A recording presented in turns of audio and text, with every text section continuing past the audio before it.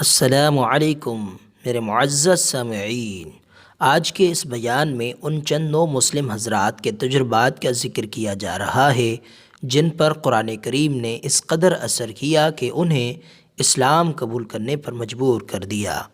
ابراہیم خلیل احمد جو کہ قسیس کے مرتبے پر فائز عیسائی پادری تھے، انہوں نے قرآن کریم کا انتہائی باریک بینی کے ساتھ مطالعہ کیا اور بالآخر 1380 ہجری میں قبول اسلام کا اعلان کر دیا۔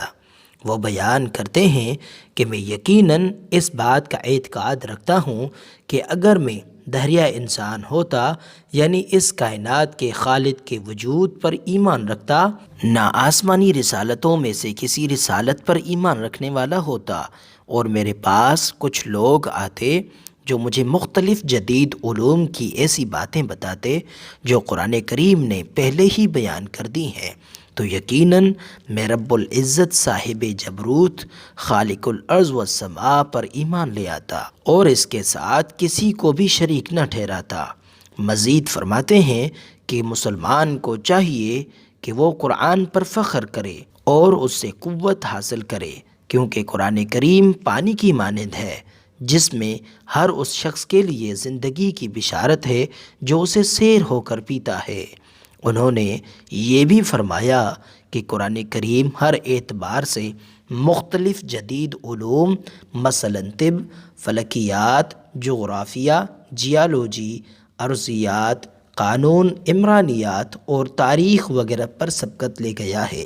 بس ہمارے دور میں جدید علوم کو یہ دیکھنا چاہیے کہ قرآن کریم کس کس چیز کا پہلے ہی تذکرہ فرما چکا ہے۔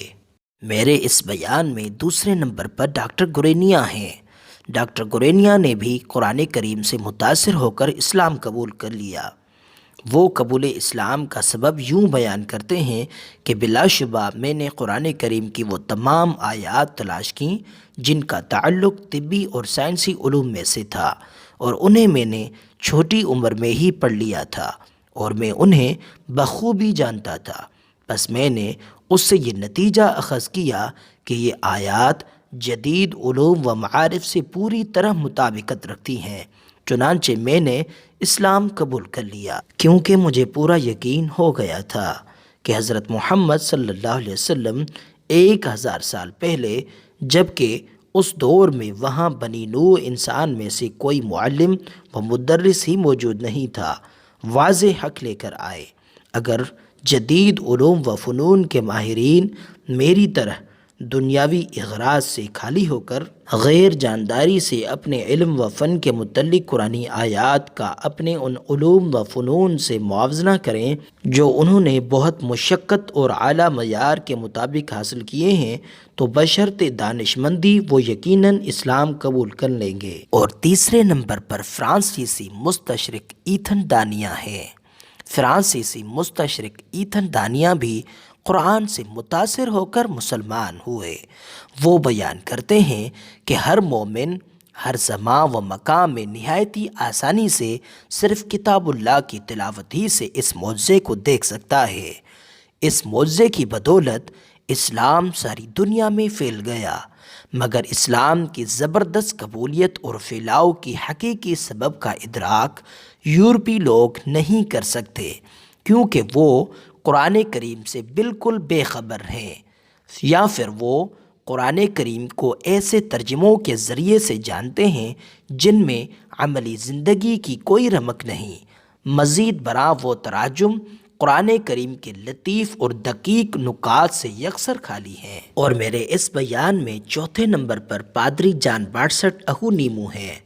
اہونیمو بیان کرتے ہیں کہ میرے قبول اسلام کے مرحلے کی تکمیل کا سبب ایک علمی لیکچر میں میری موجودگی ہے۔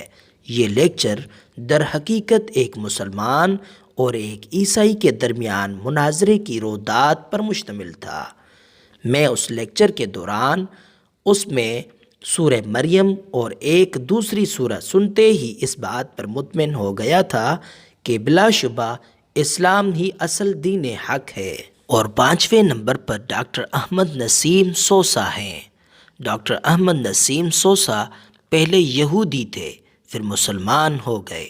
بیان کرتے ہیں کہ اسلام کی طرف میرا میلان اس وقت ہوا جب میں نے سب سے پہلے قرآن کریم کا مطالعہ شروع کیا۔ میں اسی وقت سے قرآن کا دل دادا ہو گیا تھا اور میں قرآنی آیات کی تلاوت سن کر جھوم اٹھتا تھا۔ مزید فرماتے ہیں کہ میں یہ گمان نہیں کرتا کہ کوئی چیز ایسی ہو جو دین اسلام اور اس کی روحانیت کی حقیقت کا ادراک رکھنے والے آدمی پر اس قدر اثر انداز ہو جس قدر قرآن مجید کی آیات اس کے حواس پر اثر انداز ہوتی ہیں۔ جب وہ قرآن سنتا ہے تو روحانی تعلق اور اتصال کا پرجوش جذبہ اسے گھیر لیتا ہے۔ اللہ جل جلالہ کی ہیبت اور جلال اسے اپنی طرف کھینچتا ہے اور وہ کامل خشوع و خضوع کے ساتھ اپنے رب کے کلام عظیم کے سامنے اپنی عاجزی، انکسار اور ضعف کا اقرار کرتا ہے۔ اور صرف یہی نہیں، برطانوی گلوکار گیٹ سٹیونز نے بھی قرآن مجید کی وجہ سے اسلام قبول کیا۔ کہتے ہیں کہ قرآن کریم کی قرأت میری فطرت میں موجود ہر اس چیز کے لیے تصدیق و توثیق ثابت ہوئی جسے میں حق سمجھتا تھا، اور قرآن کریم سن کر یوں محسوس ہوا گویا وہ میری حقیقی شخصیت کی تشکیل اور اس کی حقیقی رہنمائی کرنے والی کتاب ہے۔ اور 7ویں نمبر پر برطانوی خاتون ہونی ہیں۔ برطانوی خاتون ہونی کہتی ہیں کہ چاہے میں کتنی ہی کوشش کر لوں، حقیقت یہ ہے کہ قرآن عظیم کی اس تاثیر کو بیان کرنے کی استطاعت نہیں رکھتی جو قرآن عظیم نے میری دل میں سمو دی ہے۔ میں ابھی قرآن عظیم کی تیسری سورت بھی ختم نہیں کر پائی تھی کہ میں نے اپنے آپ کو خالق کائنات کے سامنے سجدہ ریز دیکھا۔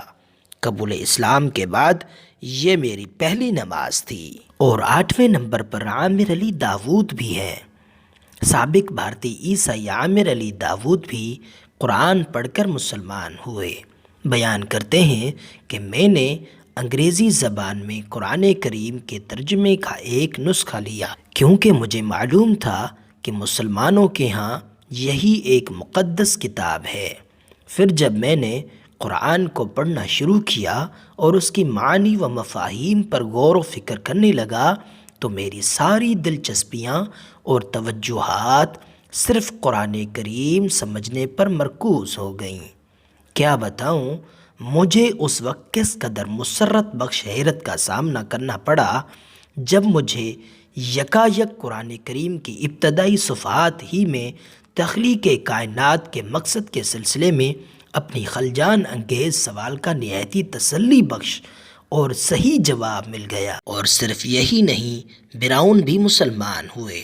سمندر کی گہرائی اور اس کی گہرائی میں سخت اندھیرے کے متعلق قرآنی آیت پڑھ کر براؤن مسلمان ہو گیا۔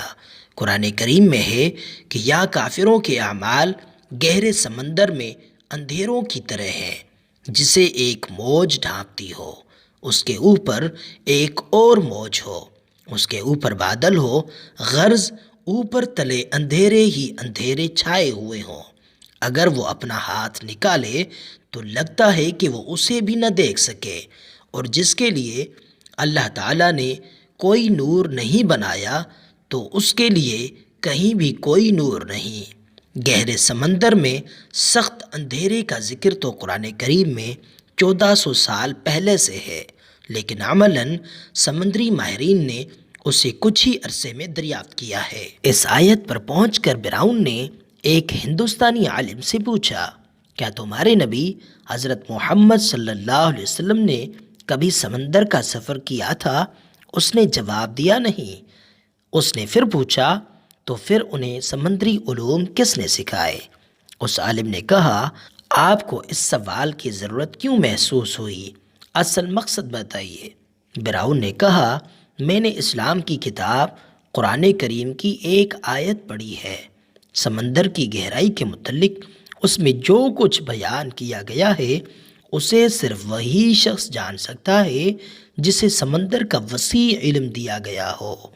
پھر براؤن نے اس عالم کو یہ آیت پڑھ کر سنائی اور کہا، جب محمد صلی اللہ علیہ وسلم نے کبھی سمندر کا سفر نہ کیا، نہ سمندری علوم کے ماہرین اور استاذہ سے کوئی معلومات حاصل کی، اور نہ انہوں نے کسی یونیورسٹی یا تحقیقی ادارے میں کوئی تحقیق کی، بلکہ وہ ناخواندہ تھے، تو پھر انہیں یہ نفع بخش علم کس نے سکھایا؟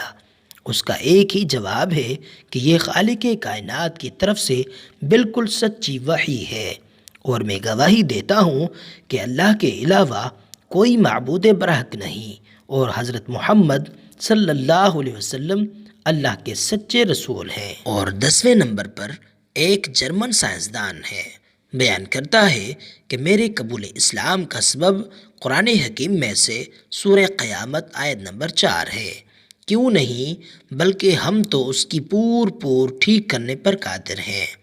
پوروں کے نشانات کی فکر انگیز معاملے کا انکشاف یورپ کے آج کے جدید دور میں ہوا ہے، جبکہ عربوں کو اس کے متعلق کوئی خبر ہی نہیں تھی، لہٰذا قرآن کریم فی الحقیقت کلام الہی ہے، یہ کسی انسان کا کلام نہیں۔